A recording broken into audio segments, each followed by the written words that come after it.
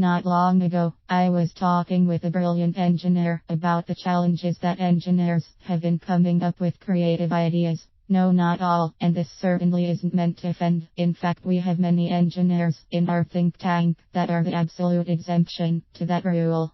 Now then, my engineering acquaintance noted that he believed that. Wow, that was a bold statement, but think about, he's absolutely correct. And yes, another way of visualizing the same stated problem and a viable solution. I sometimes wish Google X would try to rearrange their search engine, a secondary system for cross-pollination.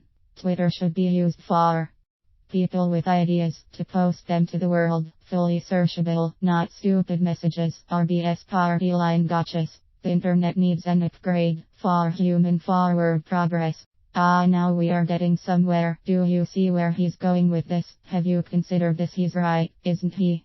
Sure he is, but I think that the graph is also not static. The charted line moves with culture, domain, money flows, nations, etc. One paper I read stated that any more than 2 years in an upper-end college was of detriment to the eminent achiever creative genius, as Dean Simonton, professor and expert in the subject, calls them. And there are lots of examples. Shell, Gates, jobs, etc. And other problem is boredom. People stop thinking once they learn something, stop asking questions. An interesting book to read is The First 20 Hours by Josh Kaufman. I highly recommend this book. CYAI was sent an advanced copy by the publisher to read, where he empirically shows that the fast uptake interests questions occur at super fast rates in the very beginning.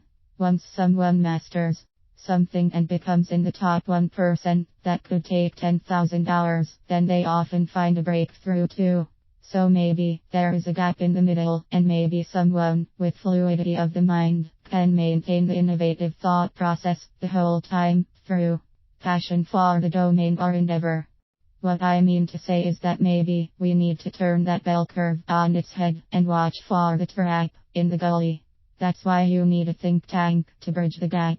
Now then, consider the inflection points of a bell curve to maintain innovation.